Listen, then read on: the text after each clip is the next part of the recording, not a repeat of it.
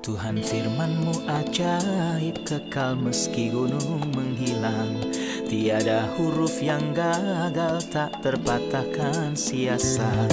Hidup seperti-Mu ya Allah, lebih dari emas. Aku bersaksi kitab-Mu, kitab yang suci. Mendengarkan firman-Mu, hibur hati yang luka. Terangilah langkahku kemanapun ku pergi. Biarkanlah firman-Mu berkuasa atasku. Ubahkanku, bebaskanku, ku mau menyenangkan-Mu. Salam jumpa pemirsa terkasih, saya menyambut Anda sekalian dimanapun Anda berada dalam episode yang terbaru program studi harian kita Semua Kitab Suci. Kita masih mempelajari surat pertama Yohanes, pasal yang kelima, dan itu adalah pasalnya yang terakhir. Hari ini, dengan kasih karunia Tuhan, kita akan mempelajari ayatnya yang kelima dan 6.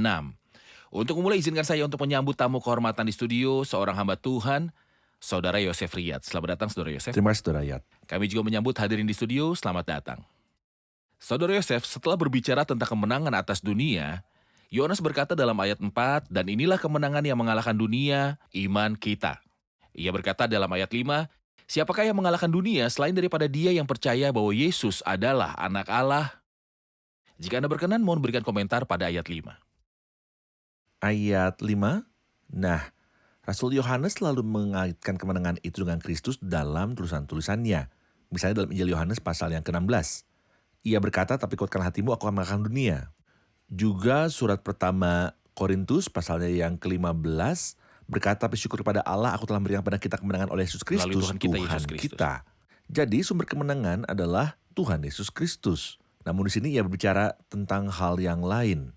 Siapakah yang mengalahkan dunia selain daripada yang dia percaya? Dan sebelumnya ia berkata, dan inilah kemenangan yang mengalahkan dunia, iman kita. Seolah-olah Yohanes ingin beritahu kita tentang kebenaran yang ada dalam dia dan Anda. Dia berbicara sebelumnya dalam Injil bahwa kebenaran ada dalam dia karena dia berkemenangan. Namun dalam surat itu, Yohanes menunjukkan bahwa apa yang ada dalam dia saja yang disebutkan. Dalam Injil, telah menjadi di dalam dia dan kita dalam surat itu. Jadi, sebagaimana dia berkemenangan menurut Injil Yohanes pasal 16, kita juga berkemenangan menurut Injil Yohanes yang pertama pasal yang kelima. Siapakah yang mengalahkan dunia selain daripada dia yang percaya bahwa Yesus adalah anak Allah? Siapakah yang mengalahkan dunia selain daripada dia yang percaya bahwa Yesus adalah anak Allah? Betapa berharganya bagi saya. Judul agung ini, Yesus Kristus, anak Allah. Ya. Ketika kita membaca Alkitab, khususnya Perjanjian Baru, kita dapat menemukan misalnya Yesus Kristus anak Allah. Dalam pengantar Injil Matius, kita dapat menemukan bahwa dia adalah anak Abraham. Kita dapat menemukannya juga sebagai anak Daud. Berkali-kali Kristus berkata dirinya adalah anak manusia. Jadi saya ingin menggabungkan gelar-gelar ini dan Anda dapat membedakannya. Yesus Kristus adalah anak Allah, dia anak manusia, dia anak Abraham, dan anak Daud. Apa yang Anda lihat? Ada 4 gelar, bukan? Keempat gelar itu menuntun kita ke keempat Injil. Dan seringkali kita ditanya mengapa ada 4 Injil? Karena 4 Injil itu menceritakan tentang pribadi yang sama dan pekerjaan yang sama dari 4 sudut pandang. Iya. Apa sudut pandang itu? Injil Matius menceritakan tentang anak Daud. Dan ini adalah Injil pertama. Inilah setelah Yesus Kristus, anak Daud, anak Abraham. Gelar anak Daud diulang sebanyak 7 kali dalam Injil Matius. Jadi, ia berfokus pada fakta bahwa ia adalah anak Daud. Apa artinya itu? Itu berarti ia memerintah karena Allah berjanji pada Daud dan keturunannya untuk duduk di atas tahtanya. Jadi ia adalah raja. Oleh karena itu, pertanyaan pertama menurut Injil Matius adalah, di manakah dia raja orang Yahudi yang baru dilahirkan itu? Jadi dia adalah anak Daud raja. Atas keluarga Daud. Ya, atas keluarga Daud. Tapi dia adalah anak Abraham membawa berkat bagi semua bangsa. Oleh keturunanmu lah, seperti yang difirmankan Tuhan kepada Abraham. Oleh keturunanmu lah, semua bangsa di bumi akan mendapat berkat. Dan sebagai anak Abraham, dia berbicara kepada kita. Injil Markus bicara kepada anak Abraham yang merupakan sumber berkat bagi siapapun yang percaya kepadanya dimanapun. Benar. Mengenai Injil Lukas, dia adalah anak manusia. Dia adalah manusia yang sempurna. Iya. Ketika Lukas menceritakan silsilahnya, ia kembali kepada Adam. Gelar Kristus sebagai anak manusia sudah cukup jelas, dan kemanusiaan Kristus begitu jelas. Jadi, misalnya kita tidak membaca di tempat lain tentang kisah kelahirannya, kabar baik tentang kelahirannya, Atau masa kecil ketika Kristus ia berusia 12 tahun. Semua ayat dalam Lukas tidak ada di tempat yang lain karena ia berbicara tentang anak manusia. Adapun puncaknya, dan yang keempat itu rupanya seperti anak dewa, seperti yang dikatakan oleh Nebukadnezar. Injil keempat menceritakan mengenai anak Allah. Misalnya, Itu Injil Yohanes. ya Injil Yohanes, ketika Allah membuka mata orang yang lahir dengan kebutaan. Dia menanyakan kepadanya sebuah pertanyaan yang menakjubkan. Ia berkata, percayakan kau pada anak manusia? Sang juara yang berdiri di hadapan sinagog Sanhedrin seperti seekor singa. Ketika ia berdiri di hadapan Kristus, jawabannya, siapakah dia Tuhan supaya aku percaya padanya? Dan Yesus berkata kepada dia, engkau bukan saja melihat dia, tetapi dia yang sedang berkata kepada engkau, dialah itu. Perhatikan respon dari orang ini, katanya, aku percaya Tuhan, lalu ia sujud menyembahnya. Dia tidak menyembah orang yang menyembuhkannya, dia tidak menyembah Anak yang Allah. besar yang diutus oleh Allah, namun dia menyembah anak Allah. Ia menyembah betapa hebatnya wawasan yang Tuhan berikan kepada mereka yang buta dan sedang mengemis. Ia tidak pernah melihat atau belajar apapun selama hidupnya, namun Tuhan menerangi matanya. Anda menghubungkan keempat gelar ini dengan keempat Injil. Ya, Tetapi apakah ada hubungan antara setiap gelar dengan wilayah kekuasaannya? Sebagai contoh, kita dapat mengatakan anak Daud akan memerintah di keluarga Daud di masa depan. Atas wilayah kekuasaan manakah anak Abraham akan memiliki otoritas dan bagaimana dengan anak manusia, anak Allah, dan seterusnya? Mohon jelaskan wilayah kekuasaannya. saya dapat mengatakan untuk anak Daud bahwa ini berkaitan dengan keluarga Daud atau Israel. Sedangkan untuk anak Abraham ini berkaitan dengan seluruh keluarga orang beriman. Dia memiliki hubungan dengan semua orang percaya dari setiap ras dan bahasa. Anak manusia berkaitan dengan hubungannya dengan seluruh ciptaan. Segala sesuatu yang telah engkau taklukkan di bawah kakinya, segala sesuatu di surga dan di bumi. Ini adalah Benar. luar biasa. Bahwa anak manusia memiliki otoritas atas segalanya. Mengenai anak Allah itu dalam hubungan dengan keilahian. Benar. Jadi dalam hubungan dengan Israel dia adalah anak Daud. Bersama keluarga orang beriman dia adalah anak Abraham. Bersama seluruh alam semesta dia adalah anak manusia. Dengan keilahiannya dia adalah anak Allah. Terima kasih, kita rehat sejenak dan kembali untuk menjawab pertanyaan hadirin. Yang membuat kita berhasil mengalahkan dunia adalah iman kita. Jadi, imanlah yang menyelamatkan dan memelihara kita. Kita mempunyai musuh, dunia. Jadi, semua yang ada di dunia ini berasal dari kedagingan dan iblis. Dan kita sebagai orang percaya, ada di dunia tetapi bukan berasal dari dunia. Ketika Yosua memasuki negeri itu, tanah itu tidak dipersembahkan kepadanya di atas piring perak. Dan jika Anda dan saya ingin menikmati berkat yang ada bagi kita, kita harus menyadari bahwa kita memiliki pertempuran dan peperangan rohani yang harus kita ikuti.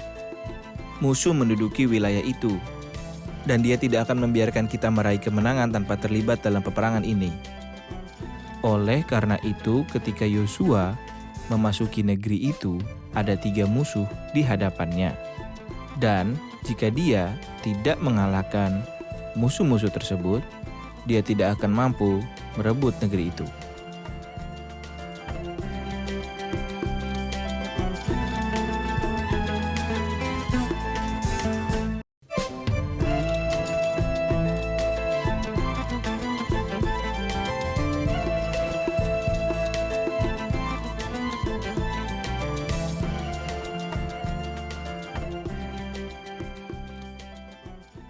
Yohanes 19 ayat 34 kita baca, tetapi seorang di antara prajurit itu menikam lambungnya dengan tombak dan segera mengalir keluar darah dan air. Dan dalam Injil Yohanes yang pertama pasal 5 ayat 6 kita baca, inilah dia yang telah datang dengan air dan darah. Apakah ada perbedaan urutan antara darah dan air atau air dan darah sebenarnya? Mari saya bacakan ayat yang ditunjuk Carol di ayat 6. Inilah dia yang telah datang dengan air dan darah, yaitu Yesus Kristus. Bukan saja dengan air, tetapi dengan air dengan darah. Dan rohlah yang memberi kesaksian karena roh adalah kebenaran. Urutan yang ditanyakan Carol ada dalam Injil, di sana ada darah dan air, sedangkan di sini air dan darah. Nah, sebenarnya tidak semua sarjana setuju bahwa air dan darah di sini sama dengan air dan darah yang ada di Injil Yohanes pasal 19. Ada yang mengatakan bahwa ketika Kristus datang dengan air dan darah, ini mengacu pada baptisan sebagai penerima Penerimaan kematian. Kemudian penerimaan kematian yang sebenarnya terjadi ketika ia disalib. Itu adalah opini dari beberapa orang. Dan yang lain berkata, inilah dia yang telah datang dengan air dan darah. Semua nabi datang dengan air yang merupakan firman Tuhan. Beginilah firman Tuhan. Tetapi Kristus tidak hanya berkata beginilah firman Tuhan, tetapi dia datang dengan air dan darah. Jadi dia memperkenalkan firman Tuhan kepada kita, tapi dia melakukan apa yang tidak dapat dilakukan oleh para nabi ketika dia disalibkan dan mati. Ketika dia disalibkan dan mati demi kita. Tapi saya setuju dengan Anda bahwa makna inilah yang paling mendekati. Mengapa urutannya berbeda? Saya pikir dalam Injil Yohanes, ia memberitahu kita tentang jalan Allah. Pertama, kejahatan harus disingkirkan dari hati. Kemudian, manusia dapat menikmati hidup.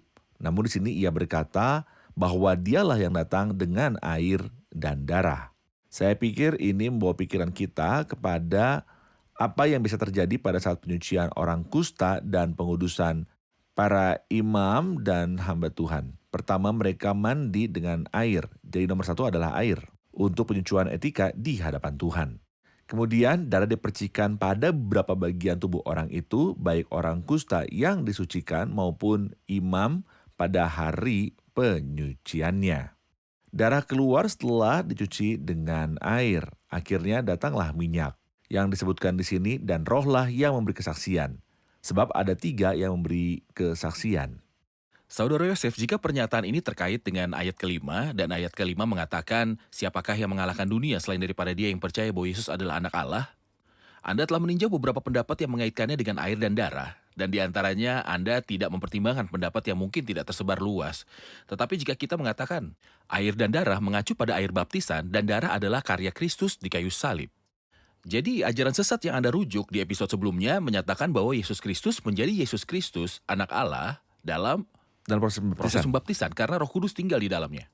Kemudian di kayu salib Roh Kudus meninggalkannya. Jadi yang mati adalah Yesus, bukan Yesus Kristus anak Allah. Apakah ia ingin mengatakan bahwa dia yang datang dengan air dan darah adalah Yesus Kristus anak Allah? Dalam baptisan, dia adalah Yesus Kristus anak Allah. Dan di kayu salib dia adalah Yesus Kristus anak Allah. Dan keilahiannya tidak pernah meninggalkannya sedetik pun. Apakah itu makna yang bisa kita andalkan? Kita bisa mengandalkannya, terutama ketika kita mendengarkan Bapa bicara dalam baptisan, mengatakan inilah anakku yang kukasihi, kepadanya lah aku berkenan. Dan ketika kita datang ke kayu salib, ia berkata, anak Allah yang telah mengasihi aku dan menyerahkan dirinya untuk aku, maka yang mati adalah anak Allah. Dan yang dibaptis dalam air baptisan adalah anak Allah. Dan sesungguhnya karena ia telah menampakkan diri dalam wujud manusia. Inilah permulaan Injil tentang Yesus Kristus, anak Allah. Baik. Saya ingin komentar Anda tentang insiden penusukan lambung Kristus karena kita mengatakan bahwa air dan darah adalah tentang penusukan lambung Kristus. Benar. Peristiwa ini menunjukkan betapa rusaknya hati manusia dan penuh kebencian. Jadi jika Anda berkenan, ceritakan kepada kami tentang peristiwa kematian Kristus dan penusukan lambungnya. Berikan kami petunjuk tentang hal itu. Baiklah, peristiwa seperti itu menunjukkan kepada kita betapa agungnya Allah. Kita dapat melihat kebesaran Allah karena mayat-mayat itu seharusnya digantung selama 2 atau 3 hari. Namun, dalam hukum Taurat ada perintah bahwa ia harus dikuburkan. Dan ini merupakan penghormatan bagi tubuh Kristus. Orang menempatkan kuburnya di antara orang-orang fasik dan dalam matinya ia ada di antara penjahat sekalipun ia tidak berbuat kekerasan dan tipu tidak ada dalam mulutnya. Maka dikeluarkanlah perintah dari Pilatus untuk mematahkan kaki semua orang yang disalib, yaitu 3 orang salib. Jadi mereka mematahkan kaki para pencuri di sebelah kanan dan kiri. Namun mereka tidak mematahkan kaki Kristus. Mengapa? Mengapa? Alkitab berkata tidak satupun yang patah. Dialah Paskah. Dan di dalam hukum Paskah tidak satupun tulangnya boleh dipatahkan. Dia juga adalah orang benar menurut Mazmur 34. Ia melindungi segala tulangnya, tidak satupun yang patah. Jadi kaki Kristus tidak patah, namun seseorang ingin memastikan bahwa ia mati. Jadi ia menusuk lambungnya dengan tombak dan segera keluar darah dan air. Di sini kita dapat melihat otoritas Allah yang memerintahkan atau mengendalikan para prajurit agar mereka tidak mematahkan kakinya. Mereka melakukan sesuatu yang tidak diperintahkan Pilatus, yaitu menusuk lambung Yesus. Namun Yohanes berkomentar dalam Yohanes pasal 19, dan lagi kitab suci yang lain berkata mereka akan memandang kepada dia yang telah mereka tikam. Seolah-olah ingin mengatakan bahwa ketika mereka tidak mematahkan kakinya, mereka sedang menggenapi kitab suci. Dan ketika mereka menusuknya, mereka sedang menggenapi kitab suci. Pada hari itu di mana Iblis berkuasa dan melakukan apapun yang diinginkannya. Tuhan memegang kendali bahkan atas orang-orang jahat di bumi.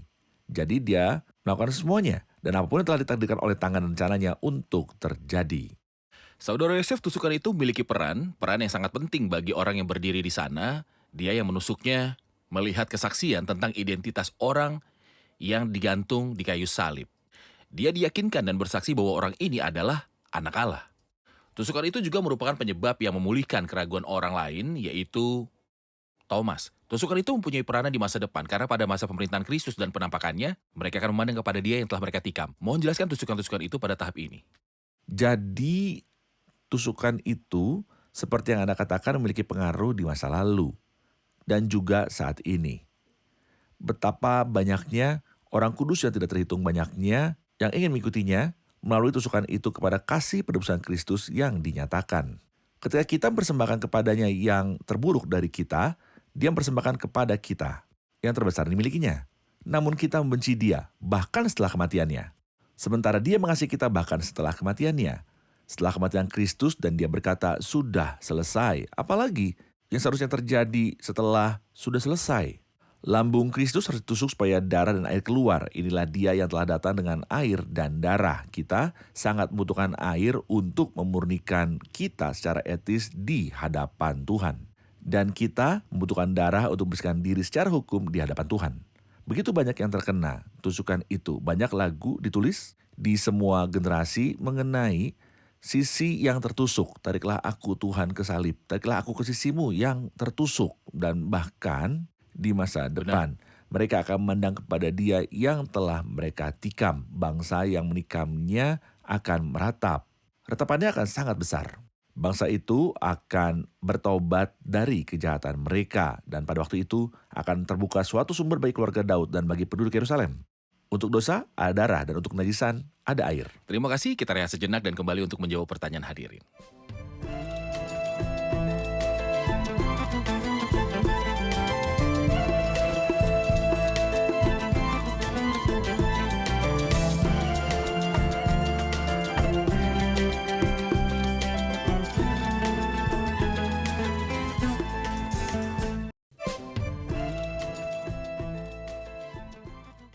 Dalam ayat 6, dan rohlah yang memberi kesaksian. Namun ketika kembali ke Injil Yohanes pasal 19 ayat 35, dan orang yang melihat hal itu sendiri yang memberi kesaksian ini, dan kesaksiannya benar, mengapa dia berfokus pada ayat ini? Mengapa dia tidak menyebutkan saksi mata dalam Injil Yohanes, sedangkan di sini dia menggunakan kesaksian Roh Kudus? Tentu saja, dan orang yang melihat hal itu sendiri yang memberi kesaksian, merujuk pada Yohanes sendiri sang penulis kitab. Di sini ia tidak merujuk pada dirinya sendiri, namun ia menyebutkan 3 kesaksian. 2 saksi bisu, ini adalah kesaksian dari air dan darah. Dan saksi ketiga diucapkan dan merupakan kesaksian yang positif, itu adalah kesaksian roh. Ini tidak disebutkan dalam Injil Yohanes, tetapi disebutkan di sini di mana roh antikristus datang ke dunia. Jadi, kesaksian Yohanes tidak cukup meskipun itu diakui, tetapi untuk menghadapi kesaksian roh antikristus, ia harus berkata, dan rohlah yang memberi kesaksian.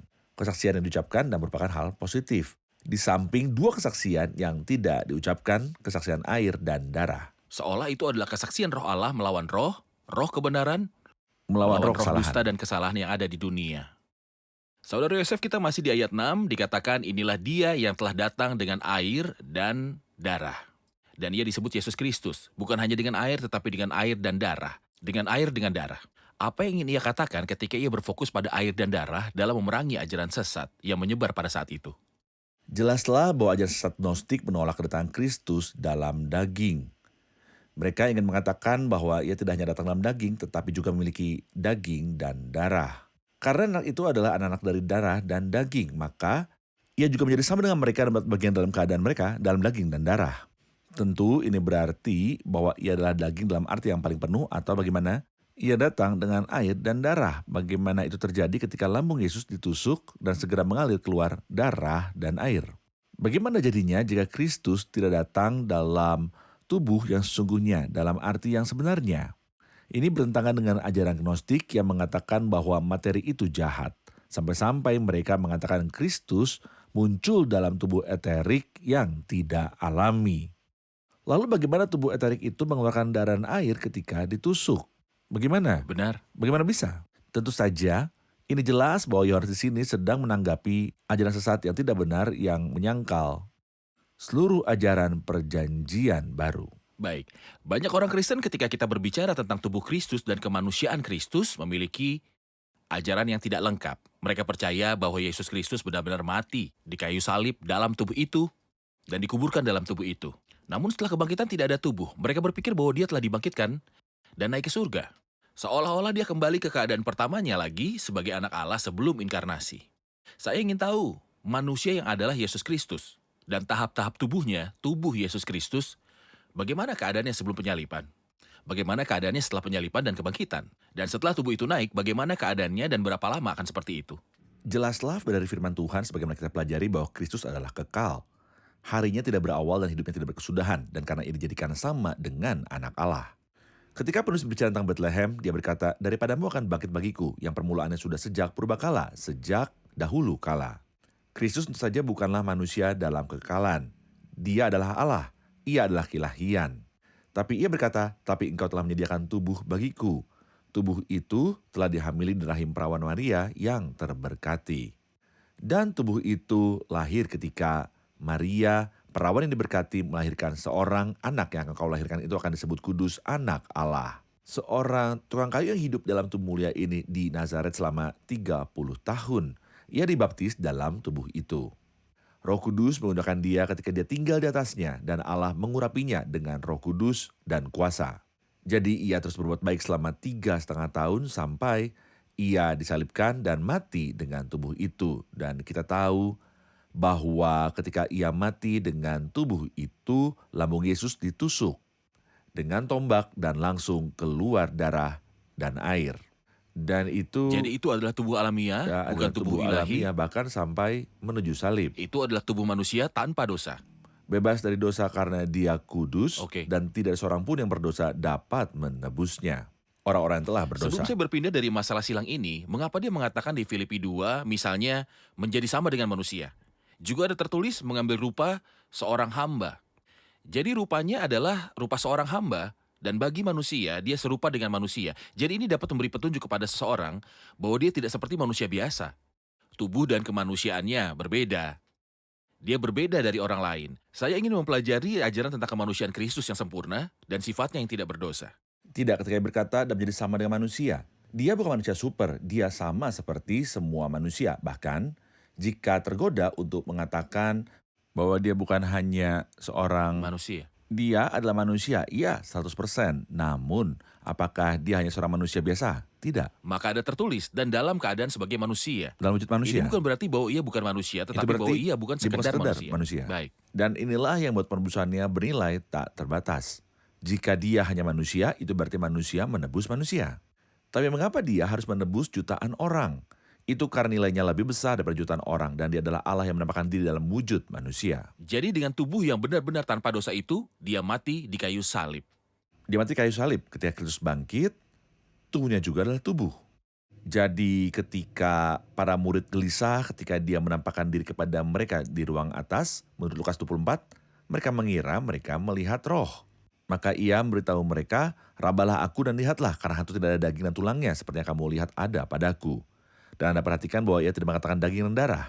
Karena ketika Kristus bangkit, ia tidak dibangkitkan dalam daging dan darah. Mengapa? Pertama, darah telah tertumpah.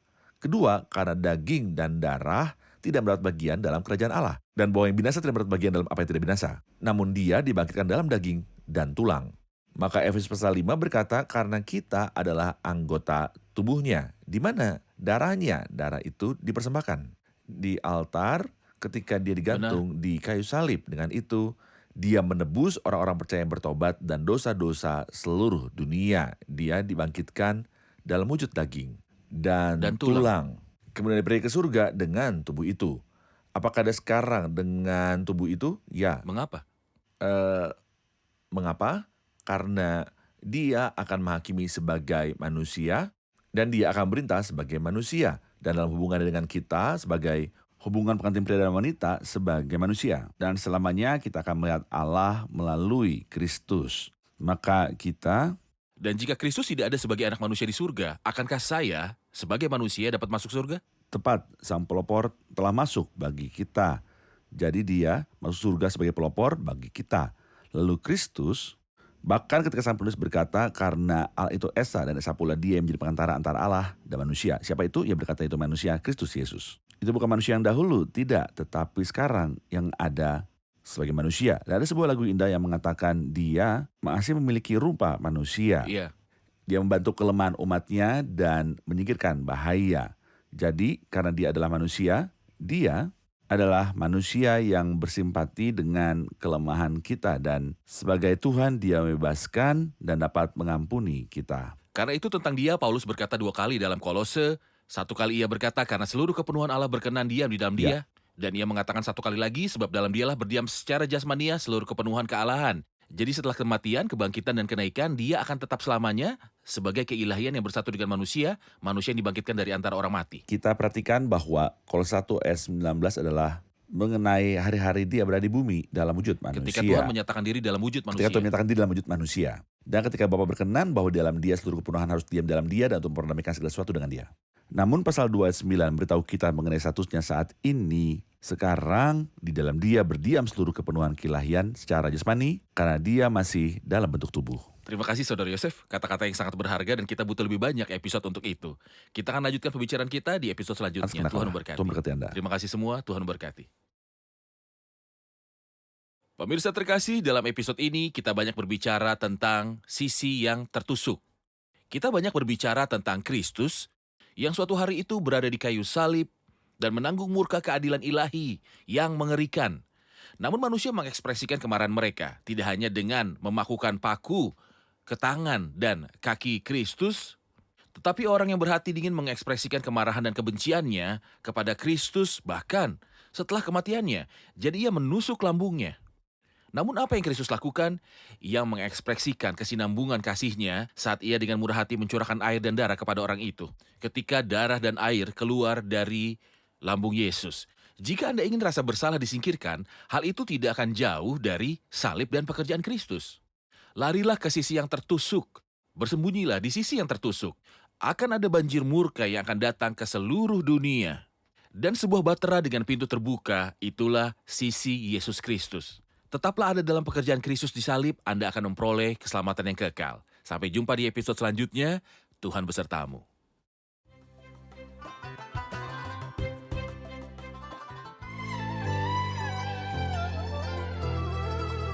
عايز أعيش العمر ليك مش حد تاني مش يبقى ليا وأقول ده ليك وشعور أناني عايز أعيش العمر ليك مش حد تاني مش يبقى ليا وأقول ده ليك وشعور أناني